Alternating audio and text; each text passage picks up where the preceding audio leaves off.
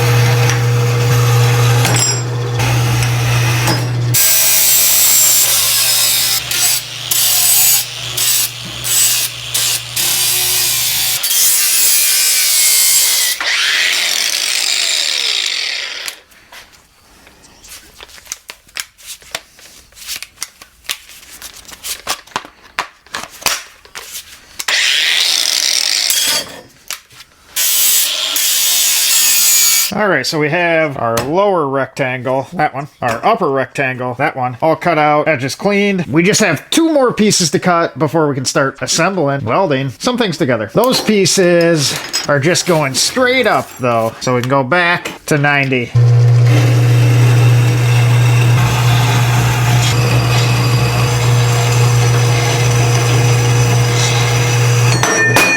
Good thing we have that behemoth to break its fall. Alright, so now everything that we need to start is all cut up. Only thing left to do is get that guy off the table. You know, the whole point of this project. So this guy is a little bit heavy.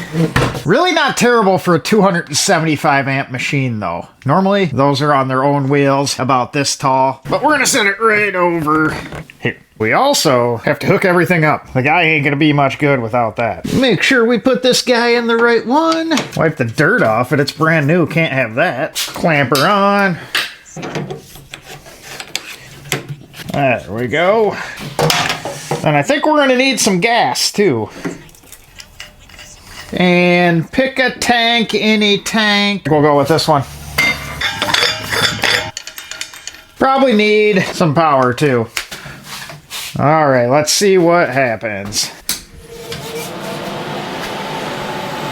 We're gonna have to load this thing with some wire before we can weld, obviously. But this thing is awful fancy compared to the old MIG I had. Quite a few settings. We're gonna stick it on C25 because we're using 75-25 gas. And then this thing also has power set, which I believe is similar to Miller's auto set, where you can just pick a wire size and a metal thickness and it'll kind of dial in what is generally the best settings to use. So we'll start off with that and then we can dial it in from there. Right here we're going to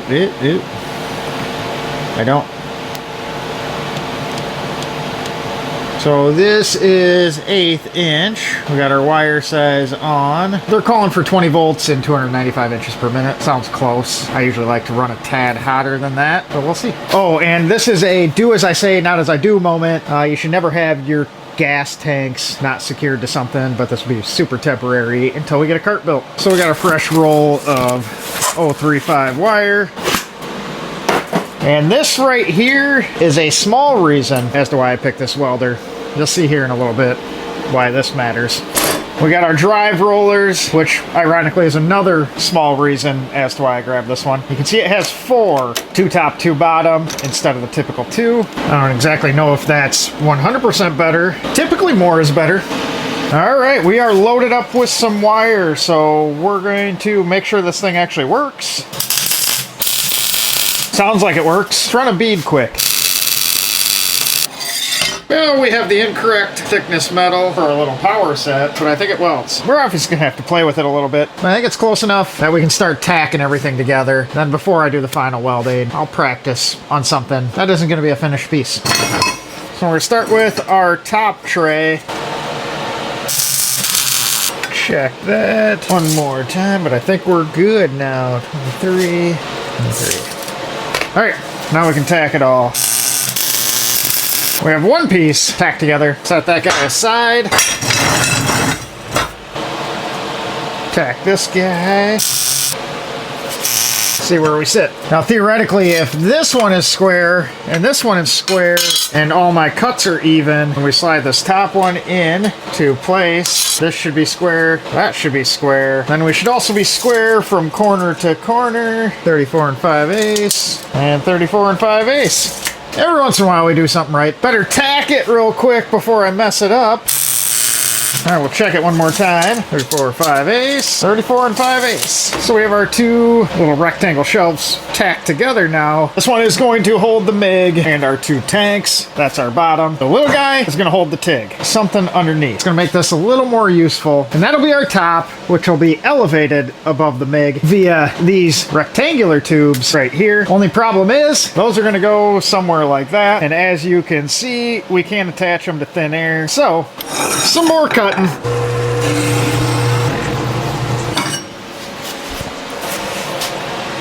Perfect. Pretty decent fit there. Stuff always pulls when you weld, so we're gonna line it back up.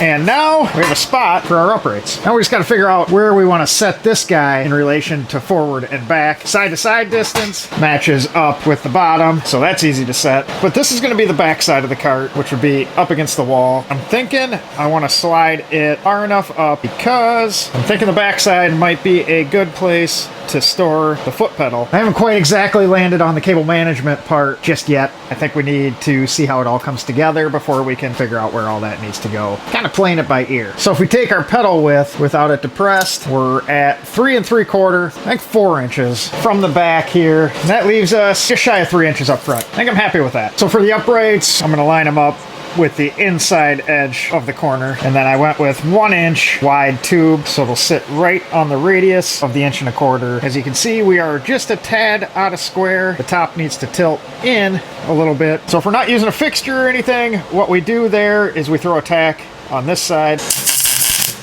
because then we can lift up and give ourselves a little gap on this other edge. Now we're all square. And this gets a tiny bit more complicated to do without another hand. I could grab a couple clamps, make my life a little easier, but that would take too much time. So we're just gonna kind of wing it, as we like to do around here. We're starting to take shape. It looks pretty close. So we switched over to our welding sweatshirt, because now that we got this into what I think will work, we're gonna weld the frame out so we can keep adding stuff to it. Gotta turn the welder on.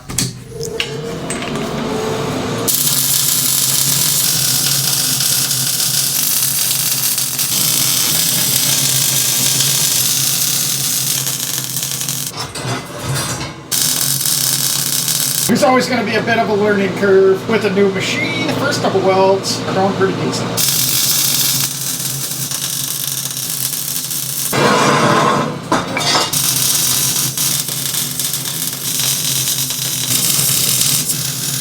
You may have caught that I put a bevel on the edge. After we weld, we're going to take the angle grinder and flush the weld out. So we want to give some room for the weld to penetrate all the way through, make these two pieces essentially one, and that way when we grind that weld off the top, it'll still be a strong connection going all the way through.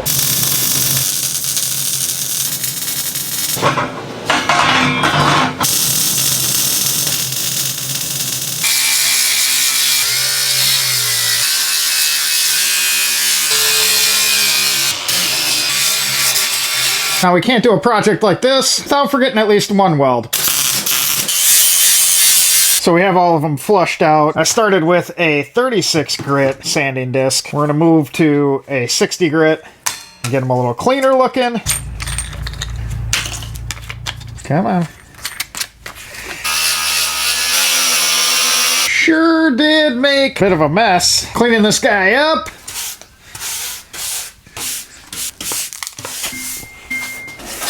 There's not a whole lot I hate more than walking on dirt.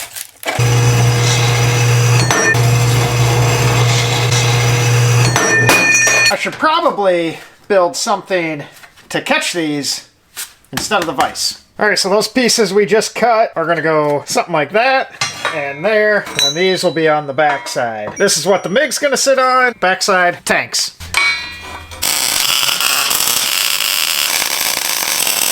So we're gonna center the tanks. They won't quite line up with these. Kinda a bit of a compromise visually, but we're 26 inches deep, so center is 13. We're gonna put these little supports 10 inches apart. So that means we split it 5 and 5.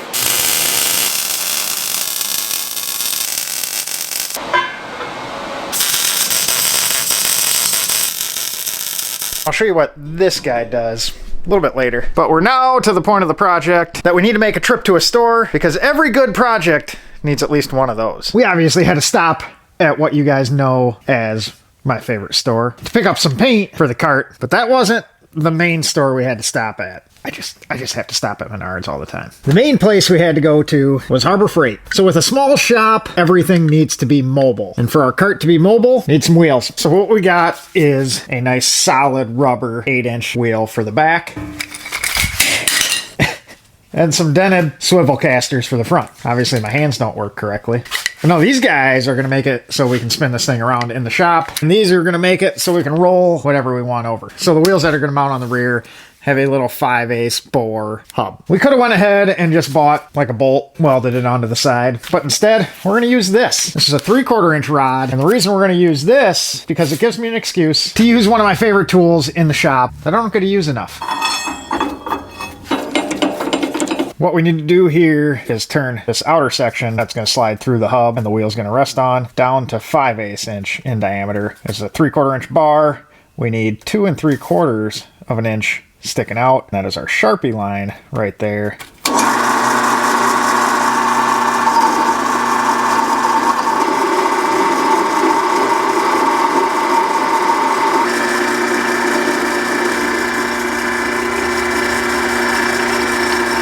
So that was the first pass to clean everything up and get it round. Now we can start going after the correct diameter. The little Grizzly is nice because it does have a power feed, which gives it a nicer finish. But more importantly, it lets me not have to do any work. Now we're going to be very high tech around here because I lost my calipers. And we're going to use this, which also has a 5/8 bore, to size it up.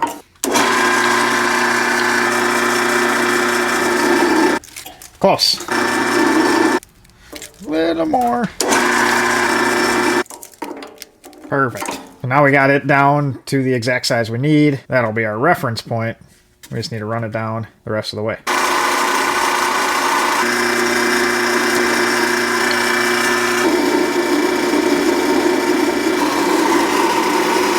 Even though this guy isn't the biggest lathe in the world, the nice thing it's got going for it, we do have a 1-inch through hole on the backside, so if we have stock longer than the 22-inch bed capacity, we can slip it right on through. This piece is like 29 inches, so without that, we would have been figuring out a different way.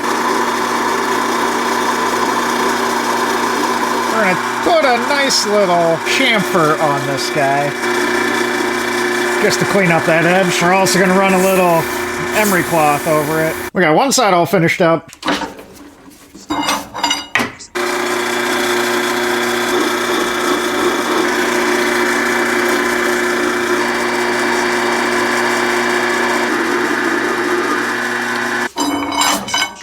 Let's see here. Well, there we go. So we have an axle that kind of fits where it needs to be. Not quite, though. And these guys are going to sit something like that and that. That looks like it's a job for our little dirty CNC plasma. Really need to clean this. Maybe after this job. Maybe not, though. Probably should. So here's what we drew up. Got them all nested together. There's our piece of steel.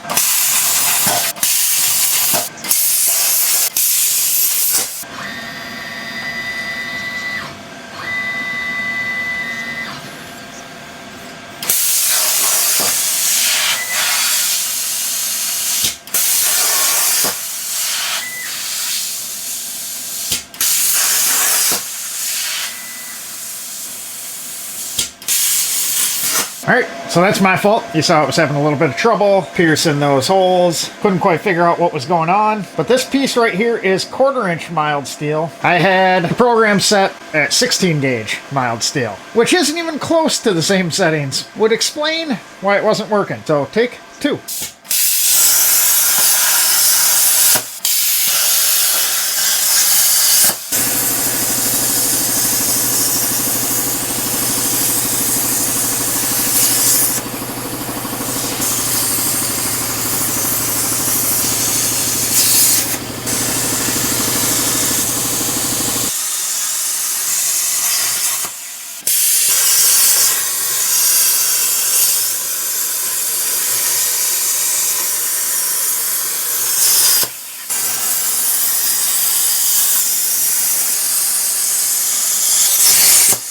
Man, that thing never gets old. So that program probably took about 6-7 minutes total to cut out these parts. Sure makes life a little easier for old Joe, you know, because just like the lathe, it's nice when you don't have to do the work. Even though I do enjoy doing the work, but stuff like this isn't really that fun to cut out on the bandsaw and drill. It's much more entertaining just watching. We got one thing left to do before we start assembling the last little bits, and that's on the axle. We need to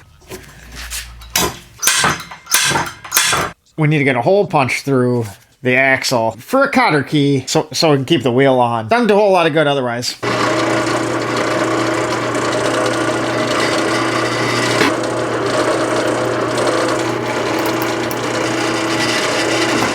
Well, that actually went better than expected. Drilling a tiny hole in a round thing doesn't always work out, but we're in good shape on this one, and that should keep the wheels from falling off this thing.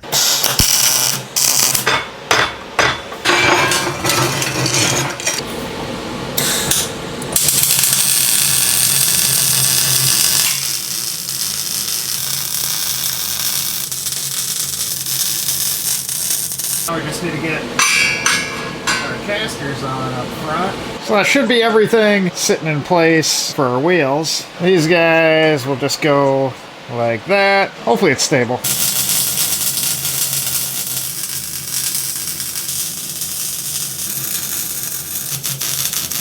Alright, so that would be about all that is needed for the base frame. Now that that's all completed, we can now start adding all our pieces of flare. This is going to be our handle. These are cable management, i.e. hooks, mount for the tray, start of the mount for the pedal, and this will be to keep them little bombs in place. So there is the cable hooks. They're going to sit on the side of the TIG, right about there. We're going to have 3 on this side, right on those Sharpie lines, and 1 along the back. Also along the back, this little plate, which will hold our TIG pedal. I mean, there's going to be more to that, but this is the start.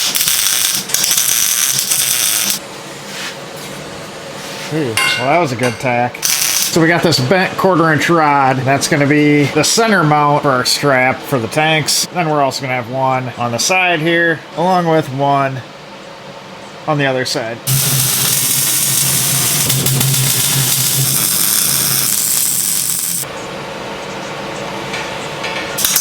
More adjustment. All right, let's see if this guy works out the way I'm thinking. So this is just a little storage tray with a bunch of dividers. It's the Hyper Tough brand from Walmart. 2-pack of these, like $10. Can't beat that. But my thoughts here were to slide it in,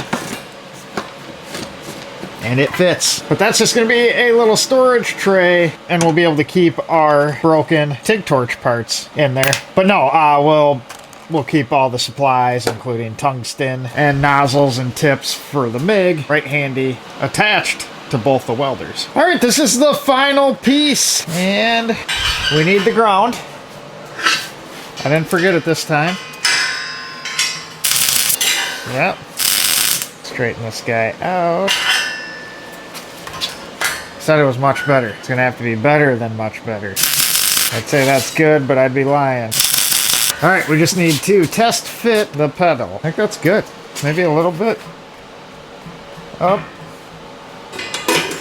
There we go. I like that. I've never had like a dedicated pedal holder before. Everything's just been kind of throw it where it fits. This should work nicely. Sure gonna be nice when this thing is finally on wheels.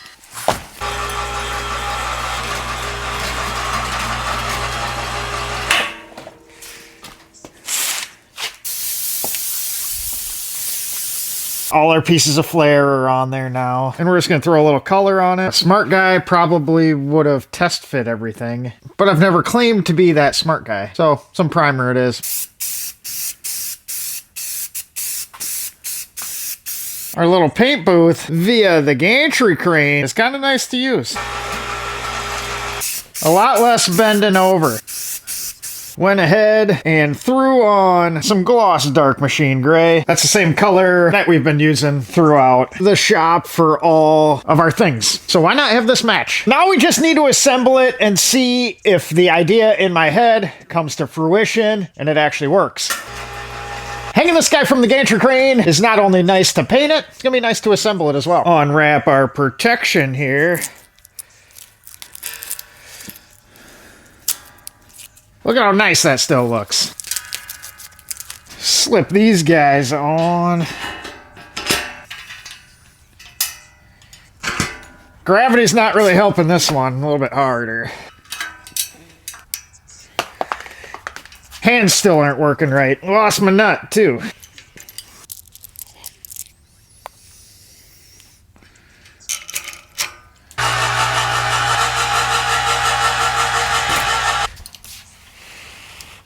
Wow, I'm dirty. That's pretty freaking nice. Let's load this guy up. It'll sure be nice to not have to carry that around anymore. Hopefully, this thing fits.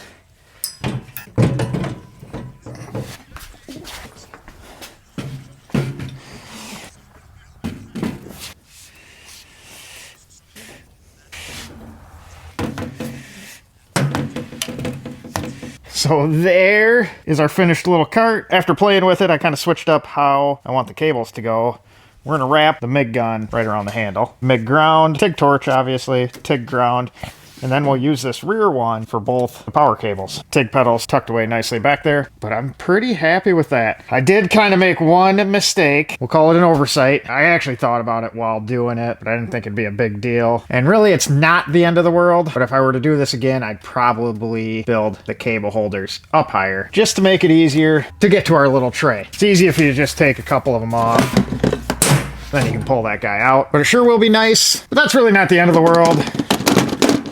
Because most of the time, when we're reaching in there for something, at least one of these cables will be hooked up to whatever we're working on. But hey, other than that, I'm super happy with it. We have our tanks mounted. We got a strap that goes to the front hook, and that center hook is to do a little pull back to hold them tight, and we just cinch it up on the rear, and those guys aren't going anywhere. And with the two large tanks, this is actually quite a bit of weight on this cart, and it rolls around nicely. So I think this will be a good little addition to the shop. It'll help keep everything a little bit more organized, and it will be great to roll this thing around and have the TIG and the MIG wherever we need it to go.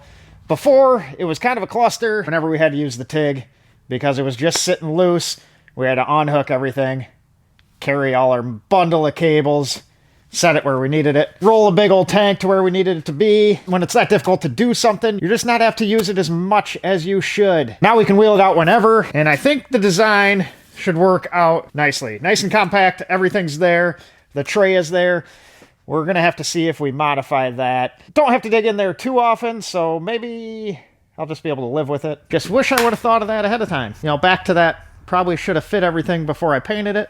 But I was in a hurry because it was cold in here, and it's getting colder. And speaking of cold, we have one paint run, because you're not supposed to be spray painting 40-degree weather, and it's a little harder to lay it out. But we're gonna leave that flaw there, because that is gonna remind us of the struggles we have gone through without having heat. But the good news is, heat will be addressed on the next video. That wall will be addressed on the next video. We're gonna tidy some things up, and then after that, we are going to be able to use our brand new toy to get those axles on the Range Rover camper. So we will see you guys on the next one. Appreciate you guys watching. Appreciate you subscribing. A little more shop work than 1-ton swapping a Range Rover with a camper shell. Does it get any cooler than that?